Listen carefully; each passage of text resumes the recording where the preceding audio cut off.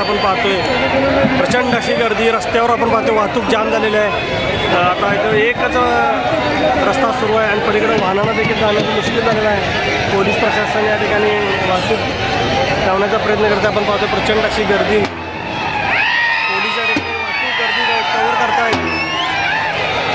प्रचंड अशी मोठी पोलिसांची फौज या ठिकाणी आंदोलनाला कव्हर करते। आपण पाहतोय रस्ता एकदम असा तुडुंब गर्दीने भरलेला आहे आणि आयल्या लायब्ररीजवळ गर्दी प्रचंड असा जनसमुदाय आणि प्रचंड विद्यार्थ्यांचा समुदाय आपण पाहतोय हे जाम झालेलं ट्रॅफिक।